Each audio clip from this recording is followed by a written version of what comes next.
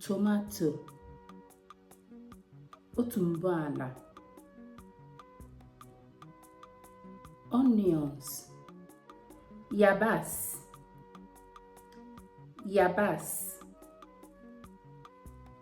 pepper, ose,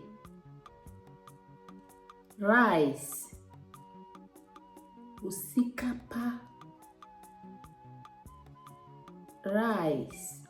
osikapa, beans, agwa,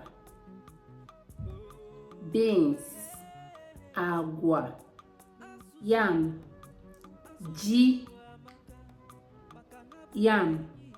ji.